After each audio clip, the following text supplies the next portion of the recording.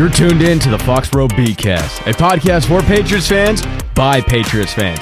And here are your hosts, is Kaleb McChesney and Ryan Moore. Hello and welcome to the Foxboro BeatCast, everybody. I'm your host, Kaleb McChesney. Alongside me, my co-host, Ryan Moore, as usual. Ryan, got anything to say before we just dive right into it? No, team sucks. Blows.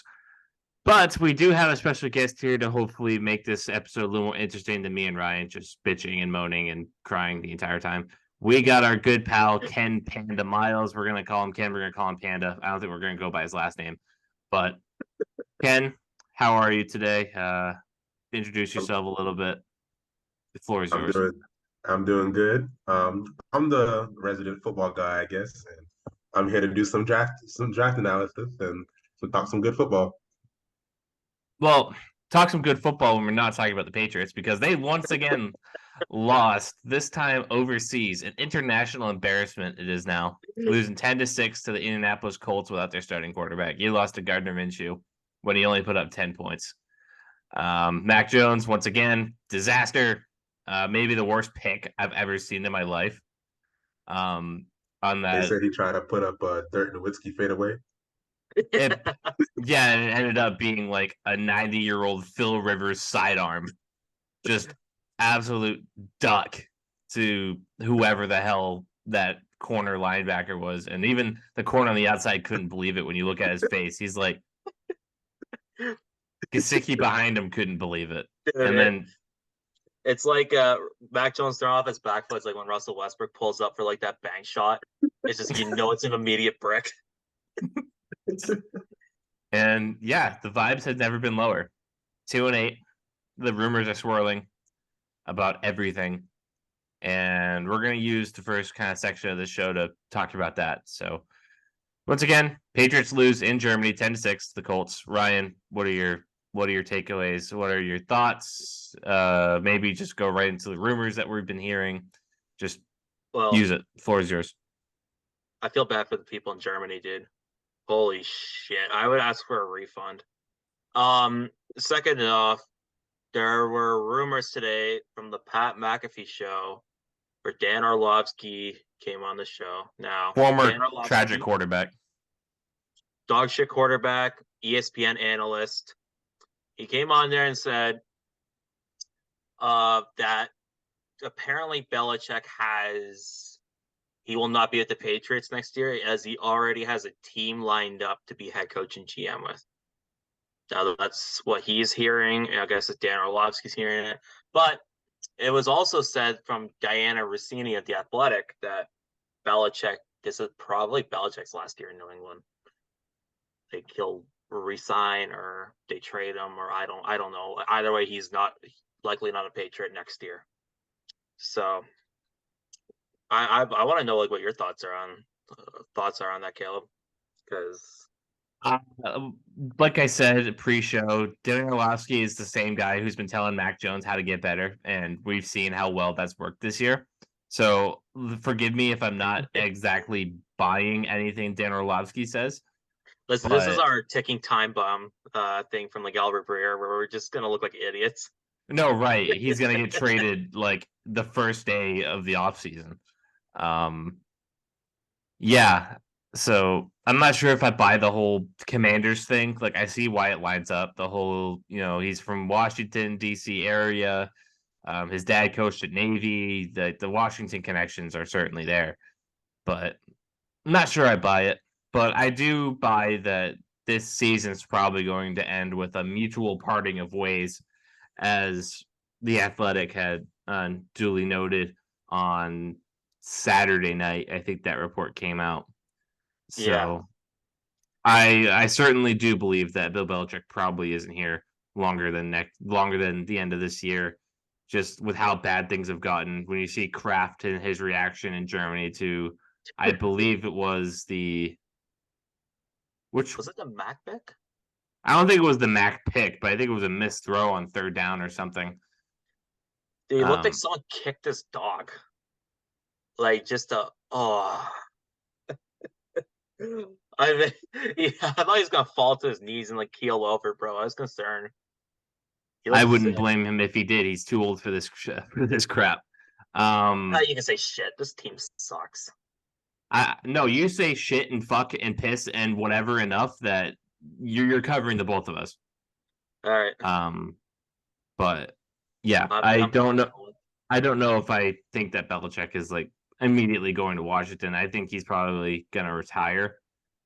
But I wouldn't be shocked either way. Ken, you got any input on this Bella fraud thing?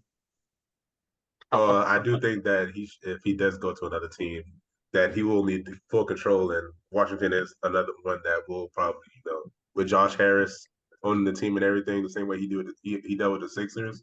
They try to make a lot of big moves. I can see him doing that. Yeah, but Belichick probably wouldn't allow himself to get traded, right? Like that Belichick wouldn't allow himself to get traded, right? Like he would resign from the Patriots first, and Kraft would like a big fuck you to the Patriots. Yeah, right. Well, yeah, I was gonna say it depends on how petty he's feeling, because if you remember, the Patriots traded to get him from but Belichick wasn't shit back then. Yeah, he was the They Browns. still traded the first round pick for Belichick, man. Yeah, because the Patriots had nowhere else to go. They had already gotten rid of all their other candidates. Like they had dug themselves so far into this hole on this Belichick thing. The way I would view it is, if Belichick's feeling petty, he's just gonna resign. If he's feeling okay, I'm gonna be amicable about this. Let's work out a trade where, it's the circle of life. You guys traded for me. I'll let you guys trade me and we'll move on. Well, this era just clearly it's just not working anymore. Well, because Belichick is known for being so amicable and so charitable. I know, but Kraft and him have a good relationship still, don't they? Yeah. I don't know if they ever had a great relationship. I think Brady kind of mended that bridge between them a little bit. Kraft had to be the middleman between. Kraft had to be the middleman. Brady was Kraft's guy, right? Yep. And paid him like a son or something like that. Yeah, his another son. Yep. So, and I think that along with the losing, Kraft probably doesn't have Belichick too high on his favorite people list. Not that he ever usually does.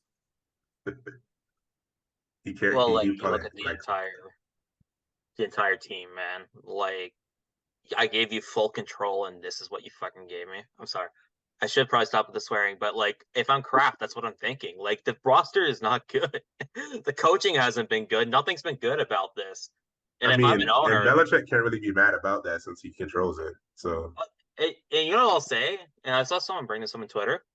Bill Belichick, if the way he operates as GM, he would have fired himself by now under his own standards. Bill would have been traded 5 years ago. Yeah. Did it to everybody else. He did it to Brady, did it to Gronk, he did it to basically fucking Amendola, all them guys Gilmore when he wasn't even washed. Gilmore. Yeah. You look at Lawyer Malloy, all these players in the past. Now you're going way back. Willie McGinnis. Yeah. Willie McGinnis, who's now, I believe so. Oh, if they didn't trade him, they cut him, and he stuck around another year. They also let Ty Law walk in his prime, I'm pretty sure, or near the end of his prime. He's done this before to players. I think that's one of Asante Samuel's big beefs with him. I don't know if you guys have seen how Asante Samuel was never good. He was a good player in the Super Bowl 42. That's all I need to say. Yeah, I know he fucked up all goodwill for that, and now he's just petty on Twitter. But speaking of things that Bill doesn't do well, the 2022 draft class is already looking like a shamble after Jack Jones, second-year corner out of Arizona State and USC before he got kicked out of there. He was cut yesterday because of attitude issues. Looks like he hasn't had a great attitude all year long, and this trip to Germany was an opportunity to give him an attitude adjustment as far as I read, and he didn't take it.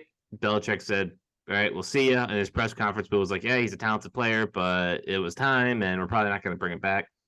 So the 2022 draft class, if somebody can pull that up for me, I believe there's maybe one or two people still on the roster. It's Cole Strange, Tyquan Thornton, Marcus Jones, and Bailey Zappi. Backups mostly. Did you have Hurting Bailey Zappi? backups. What's that? Yeah. Did you have Bailey Zappi? Yeah. All right, so I guess it's mostly backups and whatnot. I think the Kevin Harris, the two running backs haven't worked out. Marcus Jones is hurt, Pierre obviously. Strong for Tyrone Wheatley. That's worked out fantastically. It's a rough, things that Bill doesn't do well. Drafting. Yeah. But any thoughts on this Jack Jones thing, Ryan? Yeah. So one, we're recording right now. It's 3:37 Eastern time. I believe at 4:00. So a half hour later, like in 20 minutes or so, we're gonna find out if Jack Jones gets claimed. So we'll have to bring that up. We claimed Jermichael Hasty. Yeah, he was good for San Francisco. Like, granted, that scheme can like turn out running backs, but hey. And they had an amazing offensive line. Yeah. Something we don't have anymore. Yeah, no, because Skarnecki is gone, and we can't turn like. And Adrian Clem is in a hospital bed. Yeah, MIA. Hopefully he's all good. As for Jack Jones, listen, you get a certain amount of bullets, ironically enough, with him. If first and foremost, you quite literally skated jail time. If you didn't have Saul Goodman as your lawyer, basically, you'd be sitting in a Massachusetts state prison cell right now. Because bringing a loaded gun to fucking Logan's one of the dumbest things ever. Two of them, yeah. Loaded. Dumb. And also, like, we got to look back at his past, right? This is a guy that got kicked out of USC for breaking into a Panda Express, I believe. Yeah. Which, had to go to JUCO, then went to Arizona State. There's this whole story about his redemption. I was cheering it on because Jack Jones he was supposed to be a first-round pick. He's that talented coming out of USC, but, obviously a head case. Yeah. Unfortunately, he had his chance. He got his second chance this summer, basically, after the arrest. Getting out of that, and what did he show? He showed he's a poor teammate and showed that he doesn't belong here. Listen, how much selling did Belichick have to do to Kraft to pick him last year? You think? I think Kraft gives Belichick enough leeway. I think their only policy is just no domestic violence, right? If I remember correctly. Outside of that, it's just kind of like you can take these character gambles, but you better be sure they hit. Unfortunately, that didn't apply to sexual assault, or else we would have been saved from the Matt Patricia experience. That's brutal. Yeah. Listen, Jack Jones fucked it up, and for all the criticisms I've had about the Patriots and their culture this season and all that stuff, this is a move I completely agree with. You can't tolerate it. How do you gotta take back some command. You show up late to freaking team meetings in the team hotel and all this stuff. You have shit attitude. You get arrested for bringing guns to an airport. Listen, dude, I'm sorry. You gotta go. And I wish Jack Jones the best of luck, but I'm all for redemption. But at what point are you just an idiot? And J.C. Jackson's probably next. Yo, absolutely. They told him to stay home. So this is his redemption week, and that's a message sent to J.C. Jackson. Hey, get your shit together. Because we're not above cutting you, even if you're the only cornerback in the room. Yeah, we'll go into the year with like Sean Wade. We'll go the rest of the year with Sean Wade and Myles Bryant as our top two. We have to. It's gonna look like last year all over again with Jonathan Jones and Myles Bryant and Sean Wade versus the world. Oh my god! And Alex Austin. Respect Alex Austin. Who the hell is Alex Austin? We signed him. He's Willie McGinnis' nephew. Oh, good. Does he also hit people in the head with Chardonnay bottles? No. Okay, great. More nepotism, though, in this franchise, baby. Let's go. No kidding. Willie McGinnis was cut, by the way. Yeah, he was. Okay. Either way, Ken, do you have any thoughts on this Jack Jones thing? He's an idiot. That's all. He was an idiot from college. He stayed an idiot in the NFL. Yeah. I couldn't believe it when I read that he brought fucking 2 loaded handguns to fucking Logan Airport. This is one of the dumbest things ever. Logan Airport, by the way, one of the most strict, secure TSA airports I've ever seen because it was the site of 2 of the 9/11 planes. Yeah. Like you can't do that. That's like literal do you guys know what the Darwin Award is, right? Really, no. Stupid ways to die. So it's basically like the dumbest way to die. Any way that's possible to die, somebody did it. Yeah, it's just really stupid. Like it's kind of like he wins the Darwin Award on the Patriots just for peak stupidity. Like, come on, man. That's a come on, man. Bring back the classic come on, man from ESPN, dude. Jack Jones will get like 1 billion of them this year. I actually do believe now. I didn't believe it when I first read it, but I do actually kind of believe now that Jack Jones was talking back to Belichick last year, and that's why he got suspended. Yeah, I forgot about that. He got suspended. Yeah.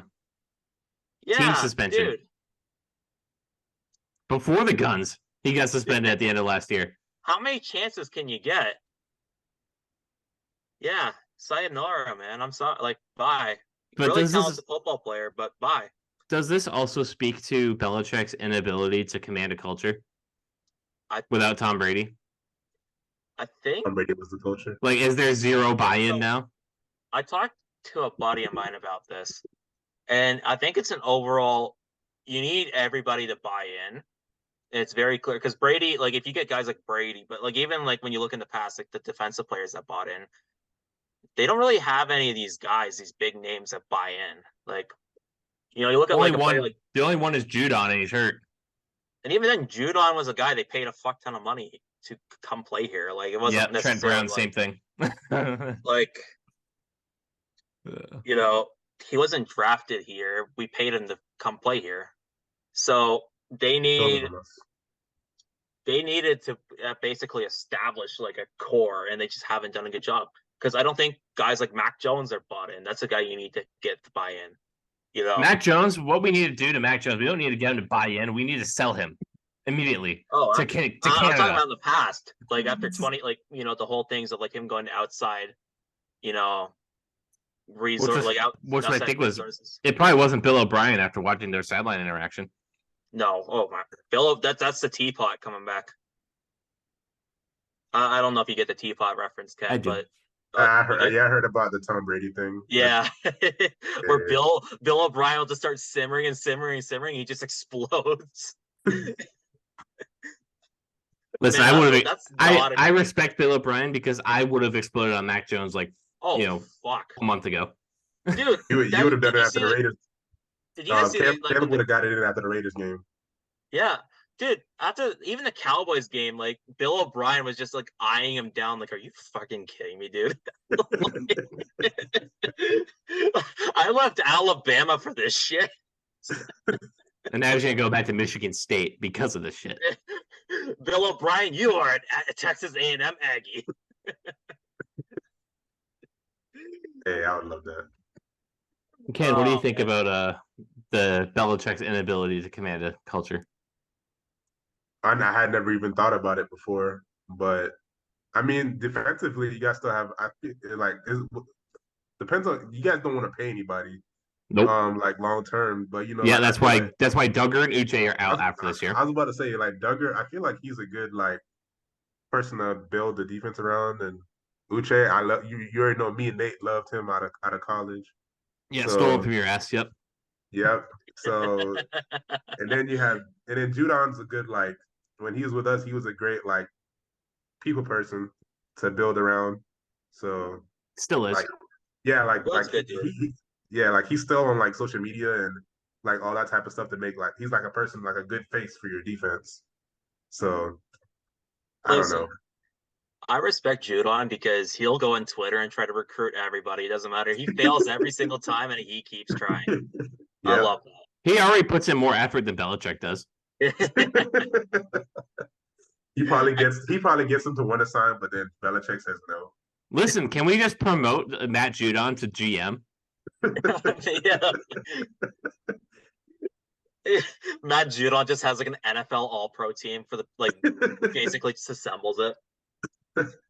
Just by like being like, bro, do you want to come here? I'll pay you lots of money. At that point, you will know that the Patriots have reached out to somebody because Judon is reaching out to everybody. But listen, Ken, you're going to be able to get Uche on his second contract, a cheap second contract, because one, we're not playing him, and two, we're not paying him. So the Ravens, they can look to make up that opportunity there.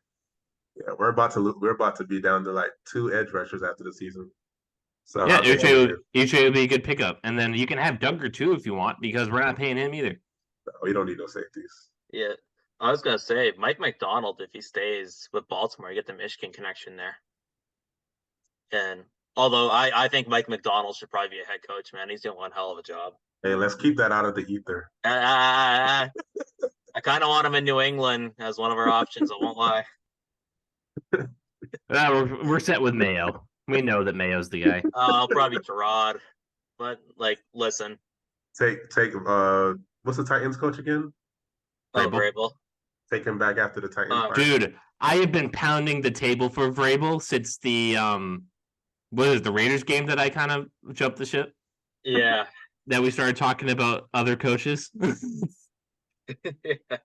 we had a whole show dedicated to talking about other coaches.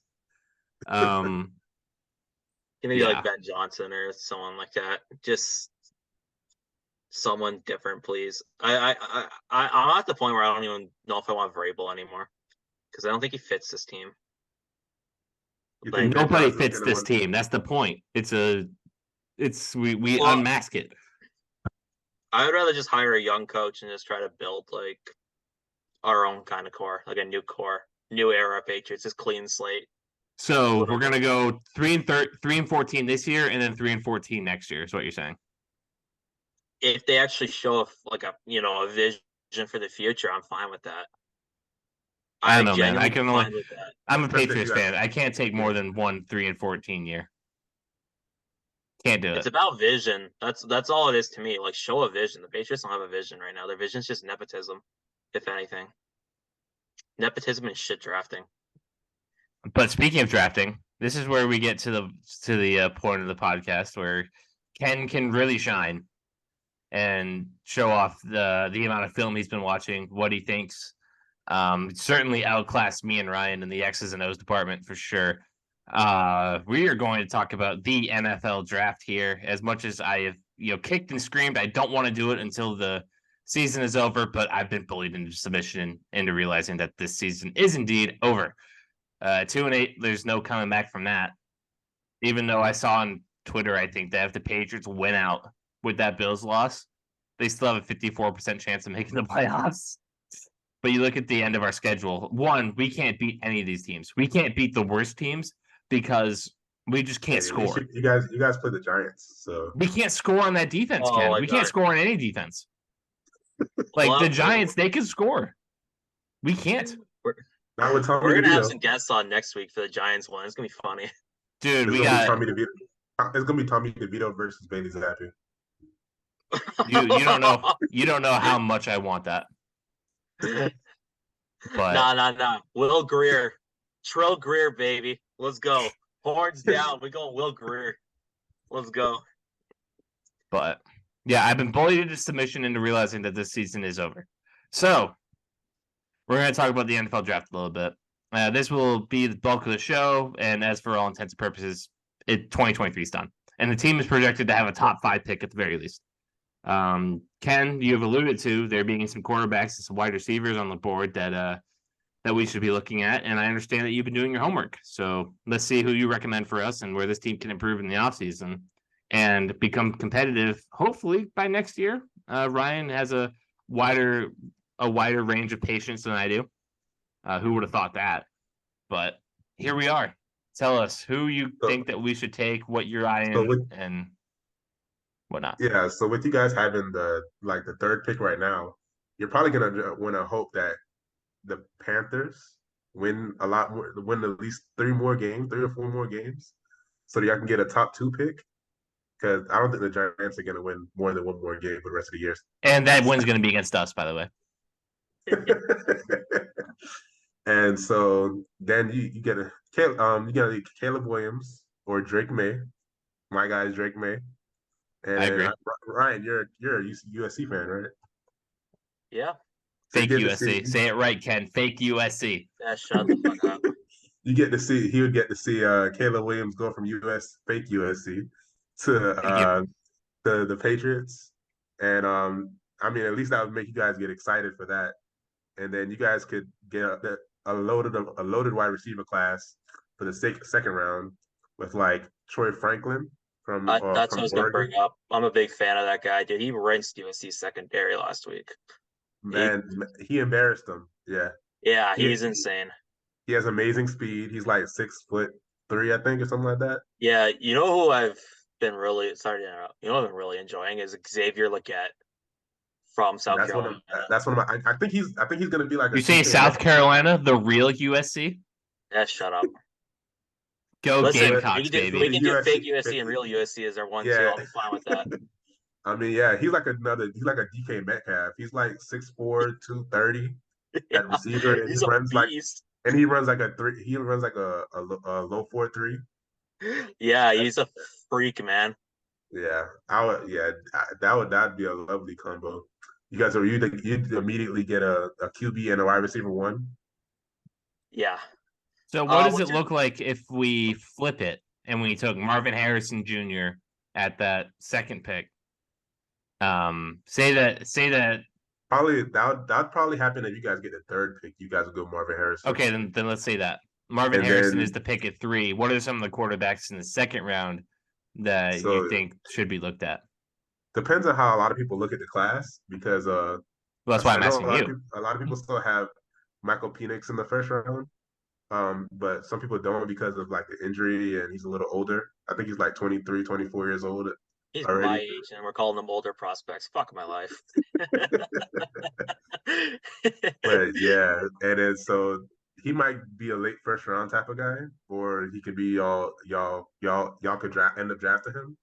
And then you have Bo Nix, who he originally he sucked at Auburn, but now at Oregon he He's a became polarizing player for sure. He's a lot like of the people. most- yeah, I mean, player. because he looks like a douche. So Oh, we are pretty good at drafting quarterbacks that look like douches. so yeah, like douchebags from Alabama. Let's go. yeah, it makes total sense. He was raised there. Yeah. So I gotta ask then- though, Mr. LSU fan, Jaden Daniels. bro, if my guy, I mean, if you guys get him, I'll have to start cheering on Patriots games. That would be wild. For that alone, I want to draft Jaden Williams. Yeah, come on. I mean, Marvin Jaden- Harrison Jr., Jaden Daniels, 1-2 punch. Let's go. Ken, you're coming with us, that'd be buddy. hard. That'd be hard to stop. We need Yeah. the Ken pipeline here for sure. We need a clear path for him to be on this show, number 1, and 2, be cheering us on. Because I already have to cheer on the Bengals when they're not playing us, and then I have to. So got your boy Joey Burrow. Yeah, and then I gotta cheer on the Patriots. That'd be crazy. But yeah, Jaden Daniels, he's another guy. He's like 4.4, 4.3 speed. That he gets into the new age of quarterbacks, of mobile quarterbacks. He doesn't have that powerful arm, but he still has the great accuracy downfield, just like Joe Burrow had. And he's a great leader. You see how he's leading the LSU now, even with our horrible defense. So that's a complete flip from Matt Jones. And Unbelievable. It's just here's my biggest gripe with Mac Jones right now, okay? Everything. I can get past having a shitty arm, okay? I can get past having a shitty arm. That happens. There are quarterbacks who have had less than great arms and have been okay. Tad Pennington. Number 1, he can't lead a locker room. It's clear and simple, clear as day. He apparently he acquired no leadership at Alabama whatsoever. And when it comes into the league, he's getting his hand held by McDaniels. And then the second he leaves, he's on his own because he's getting coached by Fat Patricia and Joe Judge. And he just flails around, gets hurt, continues to flail around. And then this year he gets a real OC, and he's just everything about him is broken. Absolutely everything about him is broken. It seems like He's Matt a far Jones cry. is there. He's a far cry from what he was as a rookie. He's forgotten what he is as a quarterback. He was supposed to be I don't have a great arm, but I'm going to make good decisions. I'm going to be a good leader, and I'm not going to screw you, basically. I'm going to make sure that I don't screw it up. All he does is screw it up now. Every play, he's doing something stupid. Dude, he's like Colts Matt Ryan. but like Ken, I'm sure you can 25. turn on a Patriots game and watch that Mac Jones film, and every single play you can find something stupid he does. Every single play, even every time he hands off, you could probably find him doing something stupid. Dude, his pocket, like the way, like first and foremost, I think it's in the name itself. If you're a pocket passer, command the fucking pocket. Not that hard if that's your role. Mac Jones can't do it though. He's evading clean pockets. Dude, we went from watching the greatest pocket passer ever to this. Like, Dude, Cam Newton in his older age had better pocket presence. Yeah, Cam Newton's an underrated pocket passer. I'm about to say Cam Newton always had great pocket presence. Yeah, even in like Carolina, like he was really good. If they had, well, I'm saying Cam Newton took a beating in his final years in Carolina, and he still had confidence in the pocket, and he was still doing his thing. Mac Jones, he has one bad year, and all of a sudden he just forgets how to play football. Like he's already in the punch drunk Eli Manning stage of his career. It's terrible, man. And then you have Bailey Zappi, who just fucking derps it like across the field. Like every time he's under center, he's gonna have a better ball because his arm I think is a little better. It's a little stronger. He has a little more zip, but he's dumb. Zappi's kind of like if Case Keenum had rocks for brains. Yeah. Like, but he, for all intents and purposes, listen, you don't have shit on Zappy a lot. I think the locker room does fuck with Zappy. Like they like him. Like they definitely like him more than Mac, I think. No, Mac has definitely lost his luster. I think last year everybody was behind him because he was getting royally screwed. And then this year, when it doesn't get better, I don't think he's like what's his excuse? Like David Andrews and Hunter Henry have stopped supporting him in the press conferences. I don't blame even Belichick. Like during the press conferences, like he used to be like, "Well, Mac's a starter. Mac's a starter." This week we're evaluating it. Yeah, it's over. It's over for him. Yeah. Sorry to make this a fucking Mac Jones conversation. I was gonna get back to the draft talk. I want to just point this out, and I thought this was quite the overlap. Jaden Daniels threw a long touchdown in college to Brandon Ayuk. Do you want to know how long ago that was? Like 5 years ago. That was before the pandemic, man. Jaden Daniels is sneaky old, man. he's about to be what he. But I mean, he came. Damn, you brought out BC before COVID. Wow. That's the new BC in my opinion. But, so that means we're in like year 4. Yeah. Year 4 AC. Yeah. But all right, Ken. Here's my question for you. Brought that up. Here's my question for you, okay? For the draft illiterate people at home, the 50-year-olds who have no idea about any prospects until, March. How would you rank the quarterback prospects in the mind of the Patriots are going to take one? If that affects your general ranking. So for me it's gonna be Drake May over Caleb Williams. I agree. He's white, first of all. Yep, right. That's a huge plus for this fan base. But anyway, either way, Drake May is more of like what people are just used to seeing more.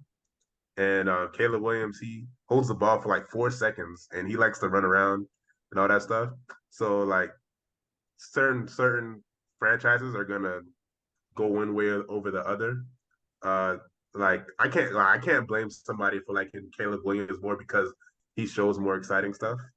But Drake May, I actually like to see his throws more than I like to see Caleb Williams throws. I also have one huge problem with Caleb Williams. Crying after losing? No, I actually don't mind that.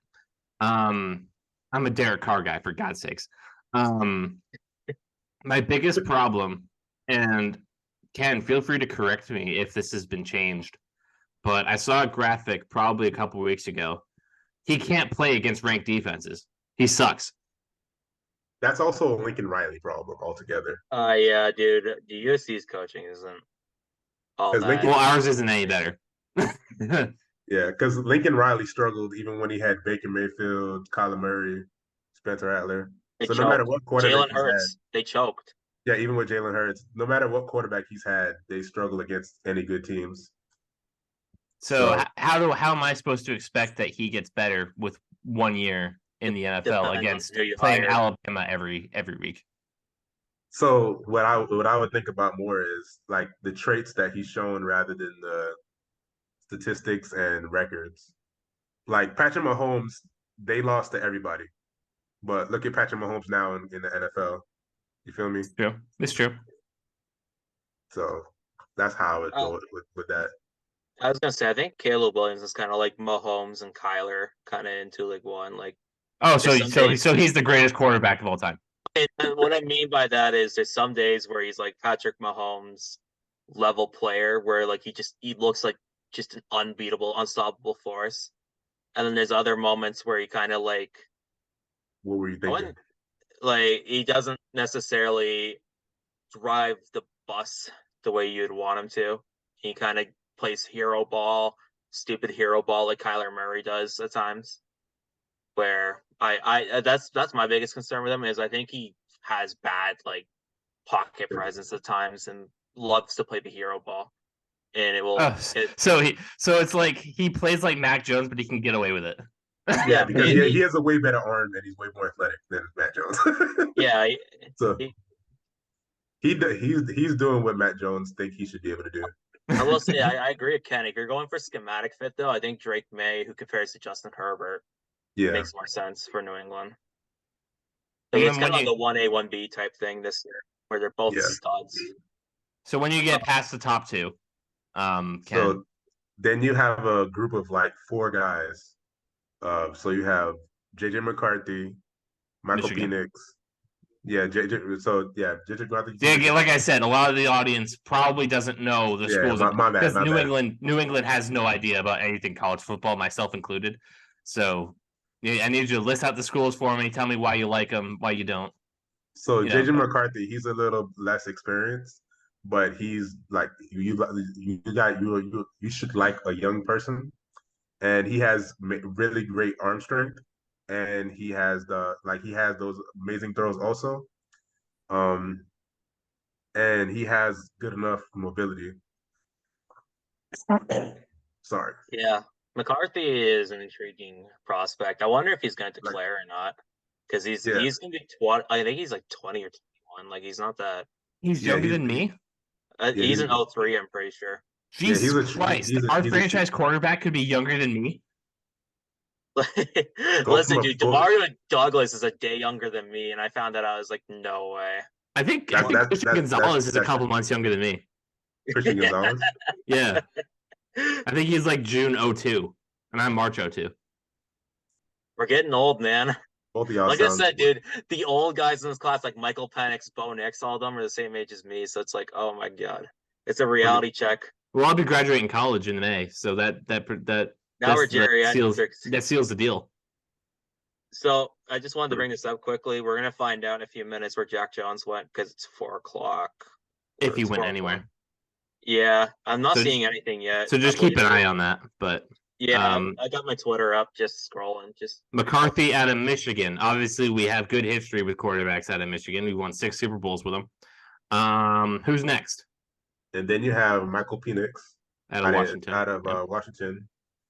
He originally he was at Indiana at first, where he balled out, and he was like he was pulling off a whole bunch of upsets with Indiana, which was crazy. I do kind of remember that. I remember Indiana came to Ohio State, and they actually made it a game. They almost beat Ohio State, with nobody with him. And but then he tore his ACL. I think he tore his ACL twice, right? I'm not sure. Yeah, I've heard it twice. He tore his ACL. He also messed up his rotator cuff. So shoulder injury, leg injuries, stuff that you don't want. So that's gonna throw off a lot of people from the injuries he has. But he's still he's a lefty, so some people just don't like lefties. I mean, it's worked out for Tua. Kind of. He's got a stronger arm than Tua. He's a really he's a really good player. And he throws on he throws on a line like Josh Allen. Yeah, he's got a gun. He's kind of like a Mike Vick type arm, almost like just that like just the ropes he can throw. He's nasty. But I don't appreciate that shot at Tua, Ryan. I'm a Tua non guy. I'm not. You're only saying you're a 2-on guy because it's your dynasty QB. But by the way, I avoided the Malort allegations. I beat them. Yeah, because Tua and Tyreek weren't on bye, and CeeDee Lamb had a legacy game. I beat the Malort allegations. Yeah, no, Penix is I'm a big fan of Michael Penix. It's definitely, I think he's going to be one of those guys. He's got like the weirdest kind of draft range out of everybody. Yeah, it's all going to come down to the combine and all that within the team visits for him, because not everybody's medicals is the same. And you guys said that the Patriots are like really tough, right? Oh yeah, yeah. So like that's going to be a hard sell for a team like that. Yeah, I personally I don't think he, as much as I enjoy him in his game, I don't know if he'd be a fit for New England just off medicals alone. Because if you want that to be your long-term franchise quarterback, right? 2 knee injuries and a rotator cuff issue, that's just not good.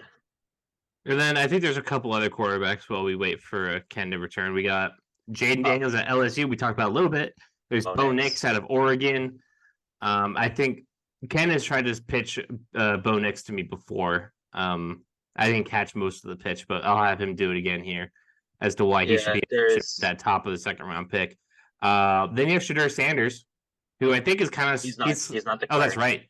He's not declaring. I still see him not declaring. I still see him in Dubs' mocks and draft chat, and I'm like, I still think he's coming out. Yeah.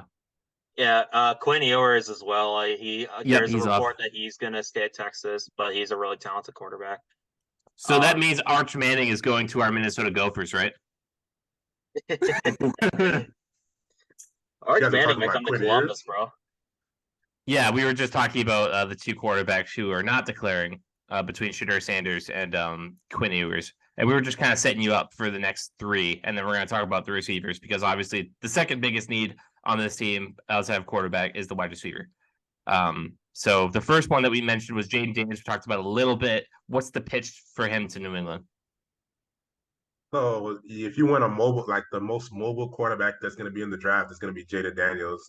I think he's second in the country in rushing as a quarterback, and that's insane. And he for a quarterback, and he's like at like 700 yards rushing and that's like Lamar Jackson numbers, with like he still has a 3,000 yards passing. Like he leads the country in total yards, total touchdowns, like everything basically. So like if you want that guy who's been like a great leader, somebody who put up a lot of stats, mobile, it all sounds great. It just the arm isn't like super. He's not like a S tier arm guy, like the top two guys. You don't need a great arm though. You just need to be able to know how to just effectively use it, right? Like you know, I say that and then I get shit on for liking mid quarterbacks. So Jaden Daniels is a better athlete than your mid QB. So yeah, Tua's a good athlete with a bad hip. Tua can move. Tua has a bad hip. Yeah, hasn't hurt him yet. It's mostly concussions for him. Just don't let Tua get gator rolled again. No kidding. Let's take his whole hip out of socket. Nope, definitely not against Jaden Daniels. And again, I'm talking about this while watching maybe one Jaden Daniels game, and it was probably on accident because I don't watch college football. I will bring Ken back in January, March, to after I do the film study, and we'll have it locked and loaded. I actually was a fan of AOC when he got drafted, so that's worked out okay so far. Jimmy G Jr. as we said when we were watching that film. Up next, Ken, I know you've tried to pitch him to me before, and I probably wasn't paying attention too well. But what is the pitch for Bo Nix out of Oregon to New England at the top of the second round? So he's another guy who's a great mobile quarterback. When he was at Auburn, all he did was run. He didn't know how to read a defense. He wasn't accurate at all. Sorry to interrupt, Ken. We found out what team has claimed Jack Jones. The Baltimore Ravens. The Las Vegas Raiders. Oh, that makes perfect sense. That's a quarterback that's Jack perfect. Jones. Wow. So there are connections there. Antonio Pierce was his coach in high school Oh, and at Long Beach Poly and in college at nepotism. Arizona State. Nepotism. So there you go. There's Jack Jones' second chance. He's a Raider. He's a Raider pick for sure. Well, him and Marcus Peters are now in the So same. I guess this is Jack Jones's new hat. Yeah, the Raiders and the Cowboys would have been the perfect fits. Bought that with my Jimmy G jersey that's now out of style. So yeah, Bo Nix. Let's keep it rolling. Yeah, so Bo Nix has gone from a guy who just runs around, so now he's actually reading defenses. At Oregon, they have more of like a quick hit system, where so he's able to read these, and he's throwing outs now and speed outs where he wasn't able to throw them before. And Mac Jones still can't.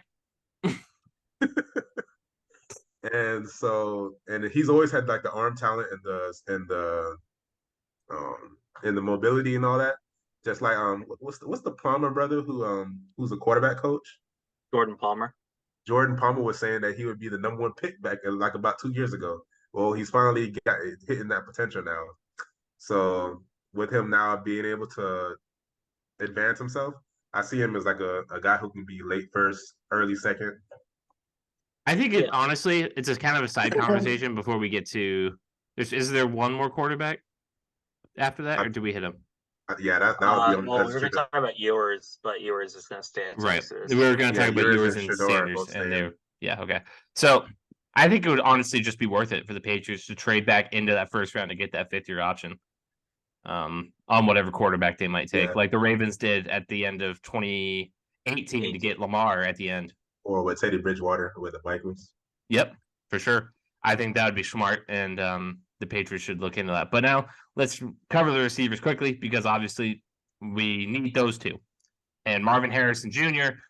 out of Ohio State should need no introduction. But like I said, it's New England. Nobody knows who he is until March.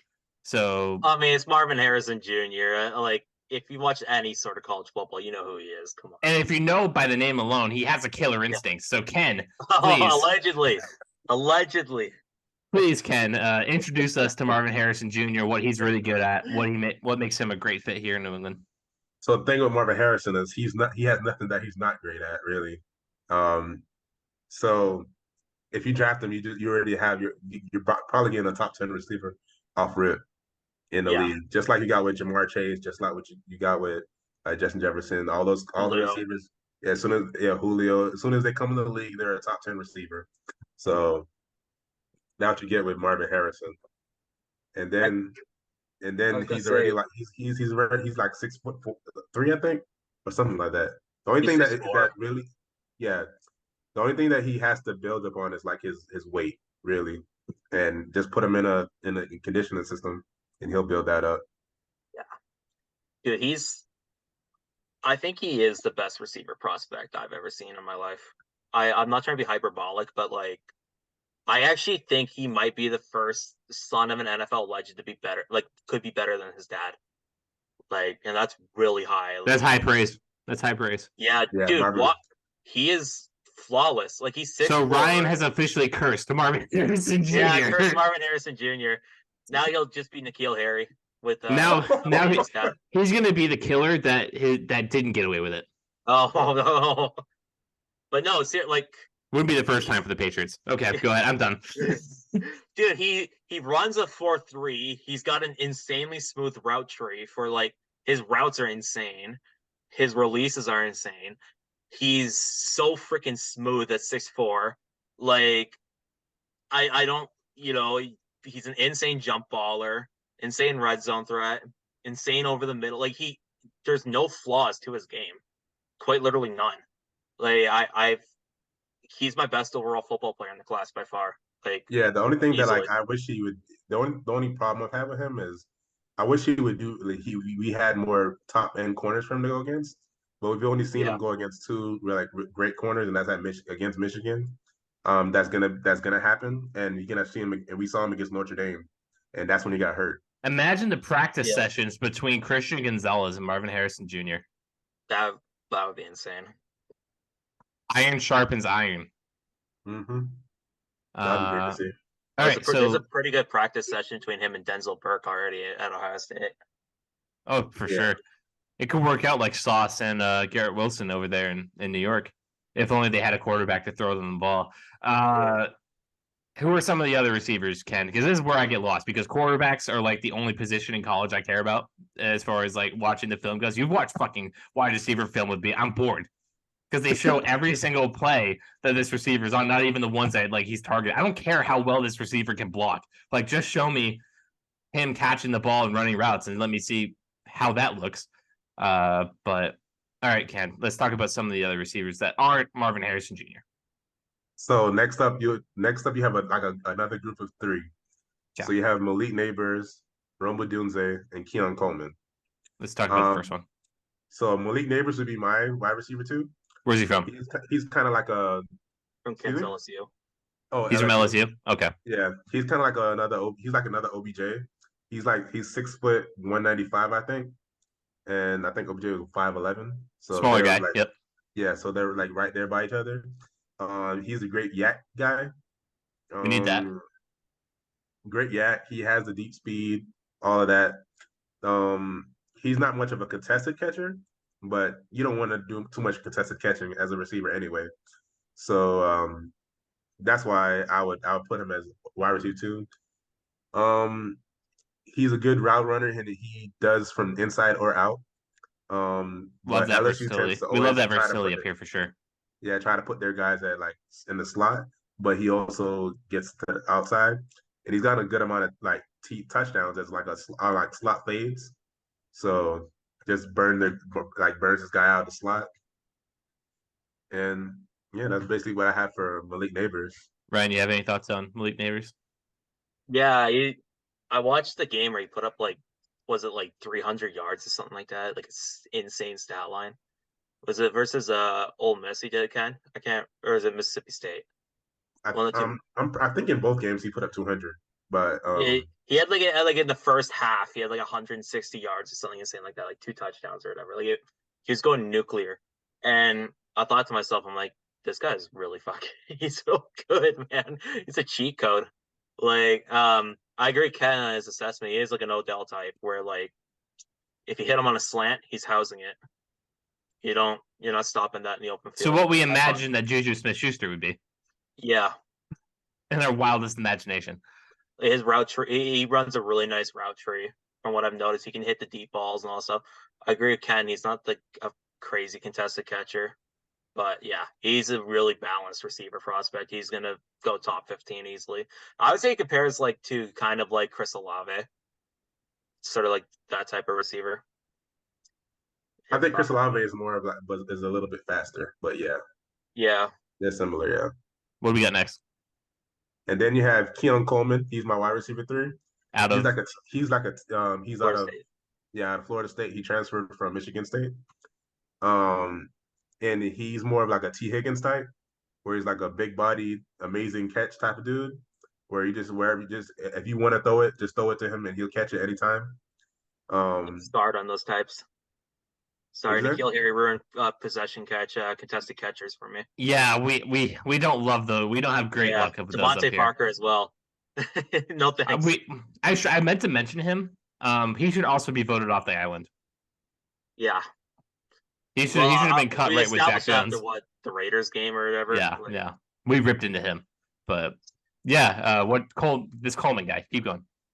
Yeah, so that's what his real thing is. Just the and he's more he played back. He came from a basketball background, so you could just tell with those type of guys, they're more of like the jump ball big guys who can post up and all that type of stuff. I like those type of guys. So I like those type of guys too. We just can't pick them. We can't develop. I like watching them, but New England fucks them up. So you just need a quarterback who can throw it to them.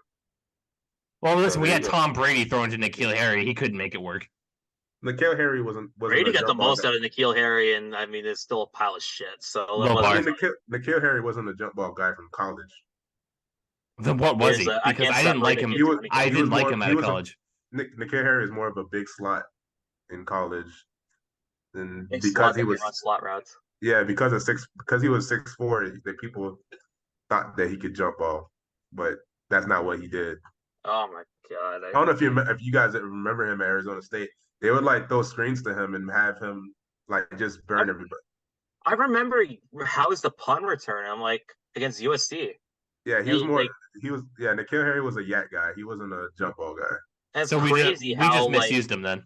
Yeah. different he. Well, dude, even like he can't last in any roster at this point. He's just not. Just Well, not we that broke guy. him. We definitively broke him, and the injuries caught up to him too. He had a lot of injuries here. All What about right, AJ so Brown, who grew up a Patriots fan? yeah, stop reminding me, Ryan. Doesn't help when you talk about it. It hurts me too. It's like the Magic Johnson clip. It hurt me. Ken, too. who's the last receiver on this three? Then I got a question for you. So you got Rome Odunze out of Washington. He is more he can get Stud. he can get open real good. He gets open real well. He's gonna be he's more of just an outside receiver.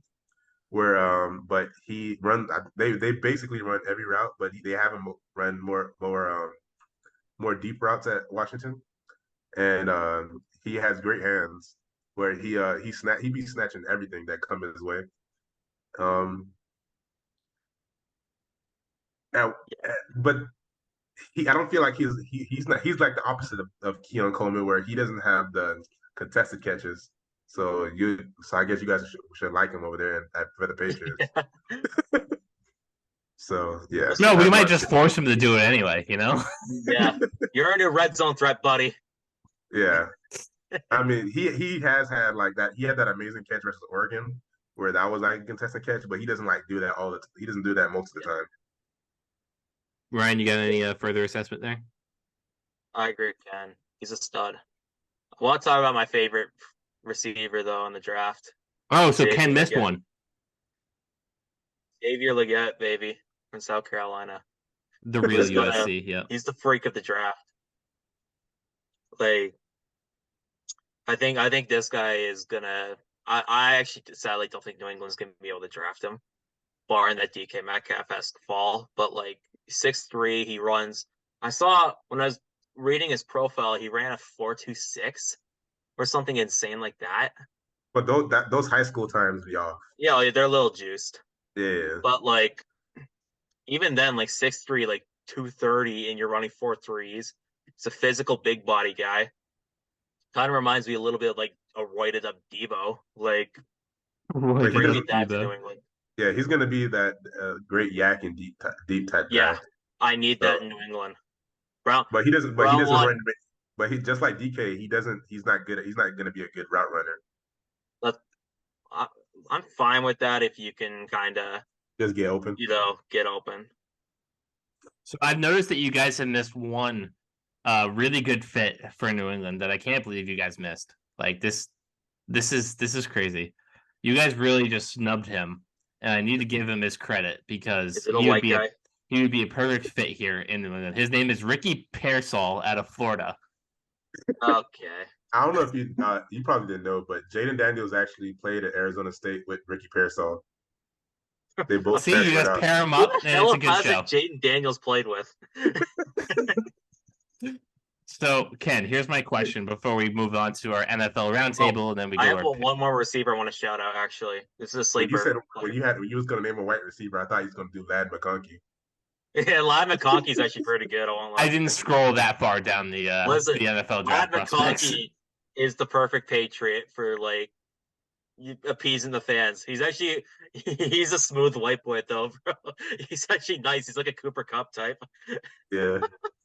But no, I wanted to shout out this receiver because I was hearing a lot about him in the offseason from PFF College, who I follow on Twitter. Malachi Corley out of Western Kentucky called themselves the Yak King. I was about to say, he's just pure yak. He doesn't run routes. He's basically like Therius Tony. Yeah, they basically just throw him screens. And so we could put him at running back? Yeah, basically. Yeah. I think if you can get him in the 3rd round or something like that and have a creative, hopefully have a creative enough offensive mind. You could have some fun with that. Listen, I think Like, Bill O'Brien's creative. I just think the talent isn't there. yeah. Yeah, So I think it'd be fun to have him. That's the guy in the third round I'm looking at. So, Ken, here's my question for you. If you're the Patriots and you're the new GM, right? Bill's gone. You are the new GM, Ken. Which strategy do you think you're taking? Are you taking one of Drake May or Caleb Williams at the 2-3 spot? Or are you taking Marvin Harrison Jr. and then drafting one of those quarterbacks late first, early second when you trade back in? Whatever the case may be. What is your plan as far as right now, assuming that you have the second or third pick? if I have the chance, I'm drafting one of those quarterbacks. Okay. Because this quarterback class is like one of the best we've seen in a while. And then the receiver class is loaded, so you don't have to go for a receiver over a quarterback if you don't have to. So I would definitely go quarterback first. So you prioritize the two quarterbacks over the one. Yeah, the receiver. Yeah. Okay. Yeah, Well, you see, it's been a topic of conversation here in Foxborough of whether they should go after Marvin Harrison Jr. or draft Drake May at that second spot and then deal with the other position later. I personally agree with you. I think that as much as Marvin Harrison Jr. is an absolute killer on the field, he's not a franchise quarterback. And I take a franchise quarterback over a franchise receiver any day of the week, and twice on Sunday. So I'll take Drake May makes this offense look better. Like as it stands today, Drake May would make this offense look better. It wouldn't be good, but he'd be putting in a better effort than Mac Jones does. I mean, he's at North Carolina with bum receivers making them look great. So there you Ryan, go. do you have any differing opinion on that? No, I think you go quarterback first round. You have to get your franchise guy. Listen, I like this quarterback class, but the top two are top two for a reason in this class. You get either Caleb or Drake. And then this receiver class, once again, it feels like every year, like the receiver class is just deeper and deeper and deeper. You get like a Xavier Legette, maybe Troy Franklin, one of those guys in round two, and you cook like that. Also, I just wanted to bring up quickly, Patriots, they claimed Jermichael Hasty yesterday, right? Well, An even more interesting running back just hit the waiver wire. Who? Michael Carter. I'd be huge on that. I think the Patriots need to swap them out right now if I'm them. I'd be a big fan of that. Ken, what do you think about Michael Carter in New England? Yeah, he looked good as a starter with the Jets when Breece Hall was down. So let it roll with him and let it ride. Especially, so because Zeke don't have too much juice left. I don't know why y'all keep putting him in so much. Me neither. Zeke looked good. Honestly, Zeke looked pretty good on Sunday. Like, I don't think Zeke's been the problem this year. But listen, you can't be the problem when you're RB2, Ryan. I don't think he's a problem. I just think like when he's actually been given the ball, he's actually been looking like, obviously it's not prime Zeke anymore, no shit, but like he's actually been better than like his last few years in Dallas. Like, quite frankly, just hasn't gotten enough volume to show it, in my opinion. And also the offense is just so bad at football. But yeah, no, you gotta get Michael Carter. He's like 23, 24 years old. Kind of like a sort of similar player to like a Dion Lewis. Give him a shot. Man, you just sent me back to the good days with Dion Lewis. Loved him. Absolutely loved him. Him and Danny. I love Danny Woodhead more, but Dion Lewis was a freak. No, Dion Lewis is my guy, and that's because I ran into him. He's like the first ever NFL player I ever met. So shout out Dion Lewis. Hope you're doing well. Yeah, he kind of faltered after that time spent in Tennessee. Yeah. Unfortunately. All right. We got our draft talk to Derrick Henry. And then do you guys remember the picture where they showed Dion Lewis next to Derrick Henry? I don't. Yeah. It looked like they played two different sports. Dude, no, the funniest one was Derrick Henry standing next to Mark Ingram when they were at like an Alabama game or something like that. And just Derrick Henry's just towering over Mark Ingram. And like Mark Ingram would like block anybody on Twitter that like brought it up to him. Oh, all right. One of the funniest picks ever. No, that's out of the way, and there's no Patriots game to preview. So this will be our last segment before the pick'em. There's a lot going on around the NFL. We have a not Patriots guest, obviously, so we can dive into this a little bit more. The Bills dropped to the Broncos and fired their OC. Kyler Murray wins in his return against the Falcons in Arizona. Josh Dobbs for the Vikings looks legit. What are some other things that we've noticed over the weekend, or if you want to expand upon one of those thoughts? Ken, I'll start with you. Talk about Josh Allen again. Him throwing into double coverage multiple times. Then him not being able to hand the ball to his running back and completely turning over the ball over and over. And them still almost having the chance to win. And then they have 12 men on the field. That's amazing. Yeah. I very much enjoy Buffalo just choking it every week. And today, while we're just before we were recording, they fired Ken Dorsey. Yep. So it'll be Joe Brady, the former LSU OC, when they had that record-breaking year. Yeah. I swear to God, if he fixes Josh Allen, I'm gonna be down so bad. Oh, I know it's gonna look bad if like Joe Brady just comes out with like that 2019 LSU offense. It's just like Buffalo's just running the table. Fuck It me. sucks that the Patriots are so bad because Buffalo looks so vulnerable right now. I know. Oh well, laugh at their misery as well. It's one of our two wins. You guys suck too. Your standards are higher than ours. Yeah, maybe the Bills won't make the playoffs now. Oh man, listen, I would gladly trade off this year being shit just to see Buffalo also be just a joke and just miss the playoffs and have their fans go into a full-blown panic about their team and Josh Allen in the future after they puff their fucking chests for years saying, we're the new Patriots of our division. We're the dynasty now. We got our Tom Brady. We're running the show. I would love it. And now the Dolphins are going to win the division despite not beating a good team this year.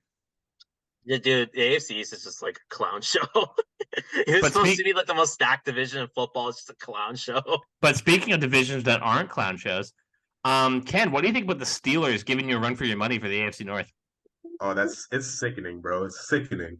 How could they not? They've been outgated every single game this year, and they still keep winning. Dude, they're the grit and grind Grizzlies of football right now. Bro, it's sickening to watch them continue to win these games.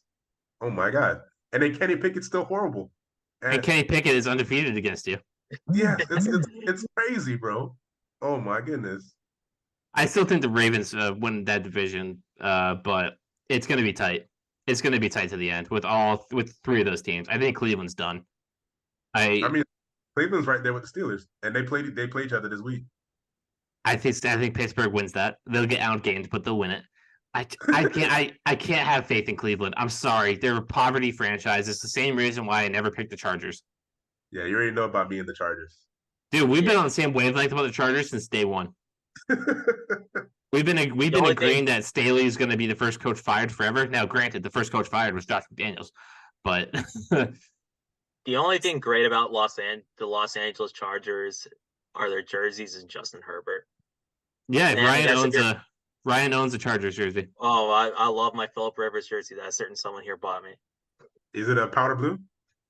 Yeah, it's the powder. I told Caleb we were doing Secret Santa. I was like, listen, if you're gonna buy for me, there's some jerseys I like that aren't Patriots related. I'm a big Phillip Rivers guy, so give me that powder blue, you know. And then Ryan got me this Jimmy Garoppolo. What do you call it? It's a plaque picture. Yeah, it's a plaque. I have it hanging up in my room at home. It's a fine addition. What I'm getting Ryan this year, I have no idea. I've still got the list from like 2 years ago on my eBay. So maybe it'll be Brown's Jarvis Landry or something. Wouldn't mind a Jarvis Landry jersey. I Saints like Jarvis Landry. Oh, Saints Jarvis, fuck off! I'd burn that. I hate the Saints, man. But any other storylines from the NFL do we want to get into, or are we just going right into the picks? There's a quarterback I really want to talk about, but I gotta keep my mouth shut. Go for it. Oh, I want it to be great. Go for it. Go for it. Do it. Ken, we gotta bully him into doing it. Where's number 7? He plays in Houston, Texas. Oh, CJ Stroud. Okay, so what's been up with him? Hey, leave my guy alone. Don't talk. I don't want to curse him. What's been up with CJ Stroud? I've been missing it. Has he been good this year? Some would say so. You guys think that he's having a touchdown interception ratio that's only been done by like Tom Brady and Peyton Manning and stuff in your rookie year might be pretty good.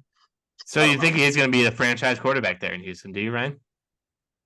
I don't want to curse him. I like CJ Stroud too much. I've cursed everyone else, and I don't want to curse a guy I like. Blink twice if you think CJ Stroud is the future. All right, there's the curse. Ken, you got anything to add about CJ Stroud? I was gonna ask, do you guys think that he should be in the MVP conversation, even though he's a rookie? Yes. Probably, yeah. Yes. He is. Noah Brown, who was like Dallas's fifth receiver last year, is like putting up like stat lines of CeeDee Lamb's putting up right now. Yeah, he's putting up 140 yards and like 2 touchdowns and stuff. Dude, Tank Dell is a good player, don't get me wrong, but that was a third round rookie, right? Like, he's popping off. Dalton Schultz is popping off. CJ Stroud's elevating everyone there right now. And knock on wood, please do not get cursed by me. I love CJ Stroud. I love the way he's playing. It's been one of my favorite storylines this year by far, just watching him play. So I think he deserves to be in the MVP conversation. And if he even gets top 3, I'd have to do more research. I think you might. I don't know if you'd have the answer, Ken, but has a rookie ever been top 3 in MVP? Like, I don't think so. Yeah, this would be one of the greatest rookie years ever. And I think because he's a rookie, he probably won't win the award. But even top 3 in voting though would be like that'd be pretty good. That'd be nuclear for a rookie. Like, just one Patriots topic I have on my phone before we move on. Josh Uche spoke to the media today and says the deal to bring him back to New England is closer than we think it is. Oh, like really? some fine tuning will get that done. So I'm hopeful. I haven't seen a lot of Josh Uche this year. I feel like I haven't seen him a ton. That's interesting. I prioritize Duggar personally, but yeah, I prioritize Onwenu. Yeah, get that done. If Michael Onwenu hits the open free agency market, you fucking failed. You're fucked, right? Yeah, that's a guy you keep. But Uche may be coming back. All right, let's bring this show home with our weekly pick'em, shall we? And Ken, if you would be so kind as to join us, that'd be wonderful. So, in week 10, the pick'em, I beat Ryan by a score of 10-6. Wasn't particularly close. But we're on to a new week, and let's get right to it alongside our guest, Ken. On Thursday Night Football, finally, we have a good game. The Cincinnati Bengals are heading to Baltimore to take on... the Bengals are going to Baltimore to take on the Ravens. Ryan, let's start with you. Who's winning this game and why? Both these teams are coming off pretty shocking losses, sort of shocking losses. With that being said, I think Baltimore will win this one. You sound depressed. Well, because I want to see Joe Burrow. You're the Joe Burrow guy? I'm a big Joe Burrow. That's my dynasty quarterback. What do you think, man? But I also love Lamar Jackson, too. So it's like... But do you own a Lamar Jackson jersey? It's on my bucket list. Because I do. No, and also, it's T. Higgins going to play. Jamar Chase is banged up. Tyler Boyd, man, that drop touchdown was brutal. He had a few bad drops last week. So I think if T. Higgins isn't playing, which I don't think he will, I think Baltimore will win. Ken, what do you think? Both T. Higgins and Trey Hendrickson are going to be out. Baltimore. Yeah, Trey Hendrickson had a hyperextended something, leg, or I don't know. Did you see how he got injured? By the way, I didn't see. So it was like after a player in Houston, I think someone on the Bengals shoved the player in Houston right into Trey Hendrickson's knee after the play was over, or like the player fell over right into Trey Hendrickson's knee. I was like, oh my god, that's was it from the back? Was it from the back or the front? It was from the back. Like Hendrickson wasn't paying attention. He's at the sideline, and like the guy rolled over onto his knee or something. Oh, okay. Because after the play was over, well after. Anyway. That sucks. Yeah. And then for the Ravens, we're gonna be missing Marlon Humphrey and Ronnie Stanley. So both teams have really big injury loss. But because we've owned the Bengals, whenever we have Lamar, I'm gonna pick up the Ravens. I'm with the majority here. I think the Ravens are the best team in the NFL right now, and I think if they're playing and they're healthy, They're nobody's stopping them. I think they're a real threat for a Super Bowl appearance. So give me the Ravens there. And I do not have the history of cursing teams that Ryan does. So you don't have to worry about me giving high praise. I don't know. You curse quarterbacks too, buddy. No, I just pick bad ones. There's a difference. I don't curse them. I'm the only guy they already been before. I'm the only guy who picks them. So, I can't curse them. I'm just dumb. So, up next, the another AFC North rivalry. The Steelers are heading to Cleveland to take on the Browns. As I said, I am taking the Steelers. Ken, what do you think? I'm also picking the Steelers. The Browns are their little brothers. Ryan, do you have basically. Okay.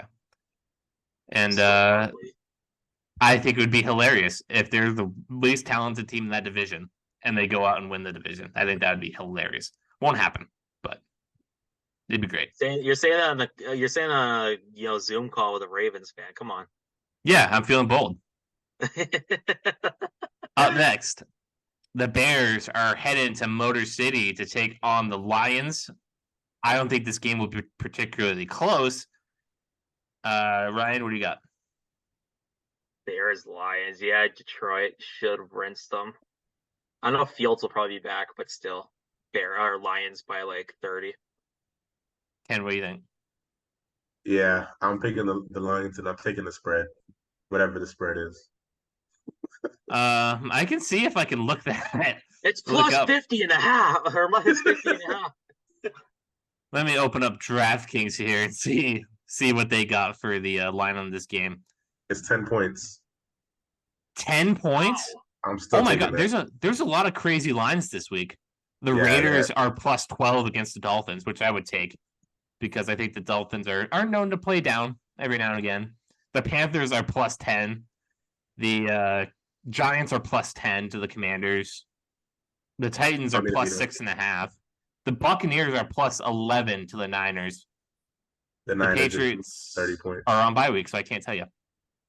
The Patriots, they're still going to lose their bye week. Yes. They're plus 6.5 to the bye week. Up next, the Los Angeles Chargers are heading to Lambeau to take on the Packers. Two absolutely mid teams.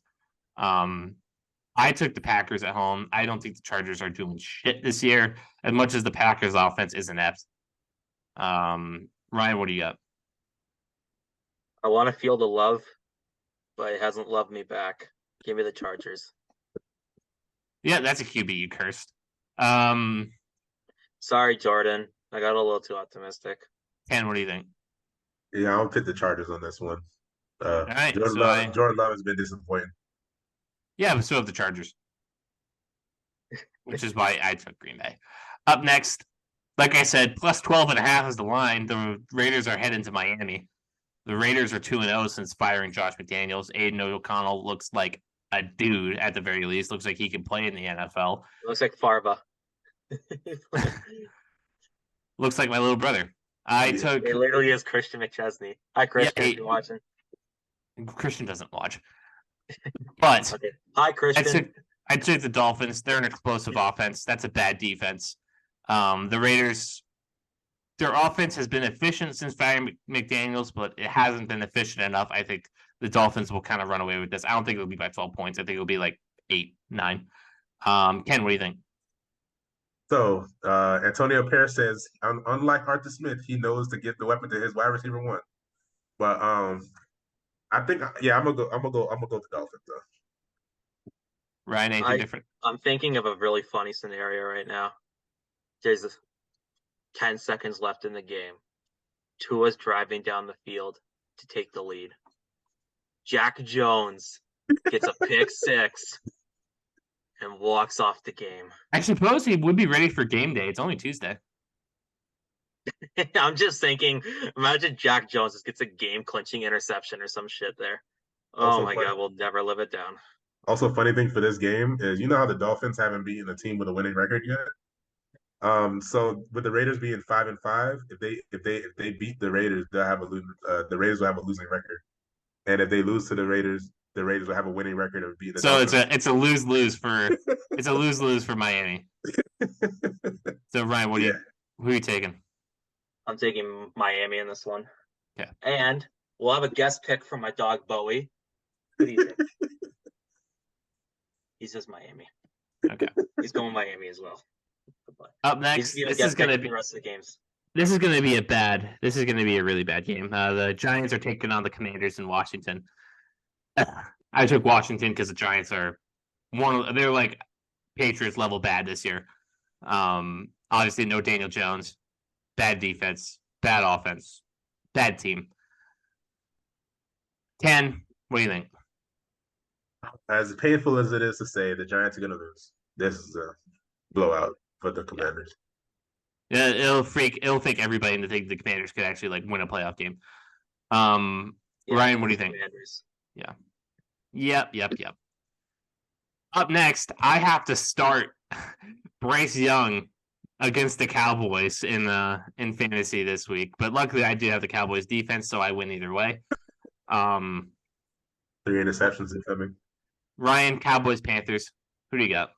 This would be the funniest way we'd see the Cowboys cowboy, but I don't think they will. So it'd be Dallas winning. Yeah, I agree. Ken? Yeah, same thing. Cowboys by 30.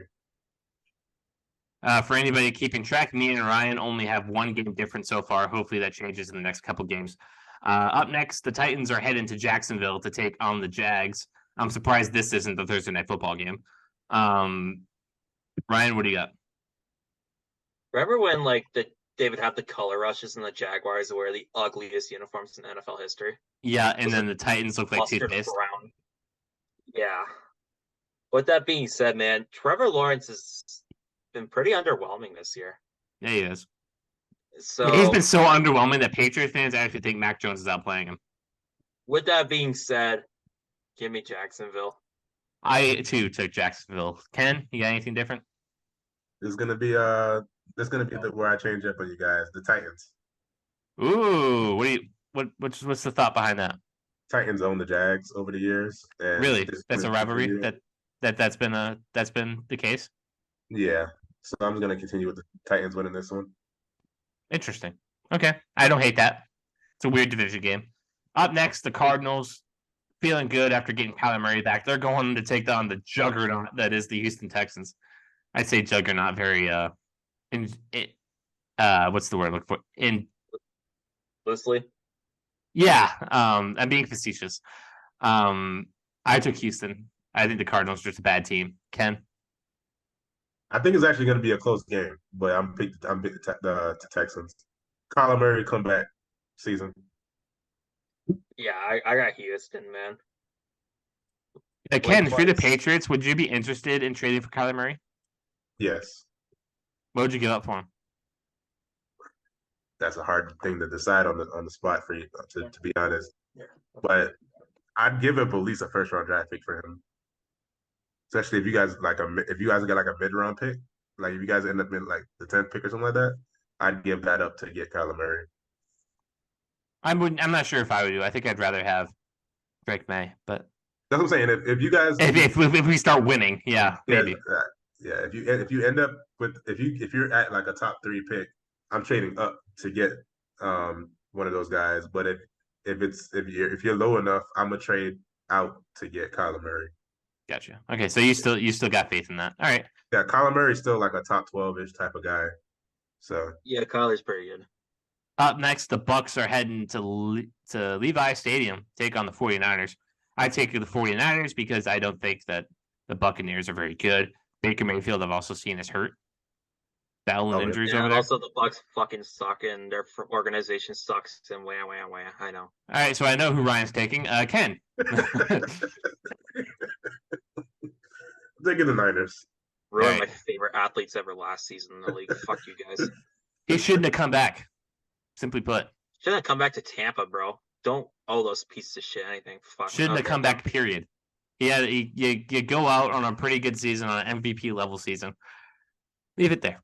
Up next, the Jets are headed to Buffalo to take on the new look Bills offensive coaching staff. I took the Bills because the Jets are bad. Ryan, do you have anything different to say? Have you ever watched Zach Wilson try to throw football? Yeah, exactly. It's like 2 idiots fighting. Zach Wilson versus Josh Allen, except one idiot is more talented than the other. Yeah, I was gonna say the other idiot like is better at football. So I'll take the idiot that's better at football. Ken, you got anything different? Uh, man. I want to pick the Jets, but I want to pick the Bills. If Aaron Rodgers was playing, I'd pick the Jets. Yeah, because this defense is so good for the Jets that it's likely you're going to see another like 2-3 turnovers from the Bills again in this game, and yeah, it's going to be a low scoring game. Give it to the defense, but yeah, I'm picking the Bills still though. Up next, NFC West. There's a lot of division rivalries this week. The Rams are taking on Seattle at home. This is going to be a pretty solid game if Matt Stafford is back and healthy and ready to go. Yes, Stafford's Okay. back. Okay. I'm taking the Rams. I think it's going to be like a 28-26 kind of game. It's going to be close. It's going to be tight. Yeah, I took the Rams. Ryan also taking the Rams. Ken, what do you think? I'm riding with Puka. Puka Nacua, the puke man. Yeah, he needs a big fantasy comeback in one of my leagues for sure. Up next, Sunday Night Football. The Vikings are heading to Mile High Stadium for prime time. Josh Dobbs versus Russell Wilson. The story everybody's watching. Can Denver keep the momentum going at home? It's a battle of two unstoppable forces lately. These teams have been on fire lately. I'm taking Minnesota. I'm riding with Dobbs. I think that team gonna be looking pretty good, especially when they get Justin Jefferson back, which fingers crossed is this week. Ryan, what do you think? Broncos country. Let's ride. And with that, Denver is not winning another game this year. Ken, who are you taking? I'm picking the Broncos. All right, so I'm the only one riding with the alien. Sounds good. Okay. Oh God, I just looked at the Monday night game. Monday Night Football. Super Bowl 56? 7? Okay. What Super Bowl was last week? Was last year? That's 57. Super Bowl All right, boys. 57 rematch. Drinking game. Take Drinking a shot anytime they bring up Taylor Swift, the Kelseys, Kelsey's mom, anything that has to do with, I don't know, any Taylor Swift reference. Take a shot for any of those. And ESPN's going to do it too. They're shameless. ESPN is shameless. See how buckled you are by freaking halftime, man. You'll be like walking like you'll be stumbling, man. You'll be brutal. Yep. I'm taking Philadelphia. That's what I wrote. It's going to be a close game. It's going to be an Arrowhead, obviously going to be loud, going to be intense. I think the Eagles are just a kind of a better operation, but Patrick Mahomes changes a lot. So yeah, listen, Mahomes. How often does Mahomes lose at home? Yeah. Yeah. So give me Kansas City. What's the score? I'm gonna say it's a barn burner. I'm gonna go 38-30. That's the high score. 68. I have the final score at 50. I have the points tiebreaker at 53. I don't remember which score I wrote, but I think 53 points is probably a solid number. Ken, what do you think? Yeah, I'm also picking the Chiefs, and but I think it's gonna. I don't think either team's gonna hit. I don't think the Chiefs don't allow anybody to get past 20, so it's gonna be. It depends. Is Taylor in the crowd? Probably. If Taylor's in the crowd, Travis Kelce's like him. But she's on tour right now, so I don't think she's gonna be there. Oh, okay. So Travis Kelce's getting 2 catches. Okay, bet the under on Travis Kelce catches, guys. What's the final score you got, Ken? It's gonna be something like 20-17 Chiefs. Gotcha. No, we have a solid slate of primetime games this week. I'm pretty excited. And the best that we've had all year. Oh, for sure. And thankfully, we have no Patriots game to watch this week. Me and Ryan can relax. We can watch some good football, not have to worry about watching the Patriots. And we'll come back next week with 2 Giants friends who are equally as miserable as us, so we can kind of share our sorrows together and argue about which team sucks worse. Somebody can get in there. Yeah. I can try my best. I can try my best to make it a 5-man show. But Nick, if you're watching, we love you, buddy. Thoughts out to you. Yeah. Thoughts out to the Giants fans. Your team sucks too. We all suck together. And we'll be talking about that suck next week. Ken, thank you for joining us. It was a pleasure. Hopefully we can bring you back in the offseason. Thank you for that. You are the man. You have shown off your football prowess. And this was a very enjoyable conversation, I think. And hopefully we'll bring you back. After our sessions. All right, bro. And Ryan, again, thank you for joining me once again. We'll be back next week. We'll actually be back this weekend for the Beat Sides. Yeah, we will. Do you sound so excited for that? Oh, well, I have some interesting topics I can't wait to dive into. Might be able to guess some more hockey. Great.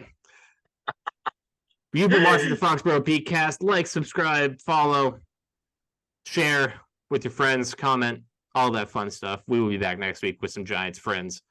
This was the Foxboro BeatCast. Thank you for watching. Go Pats. Go Pats, baby. Thanks for tuning in to this edition of the Foxboro BeatCast. Make sure you like and subscribe and follow us on Facebook and Instagram.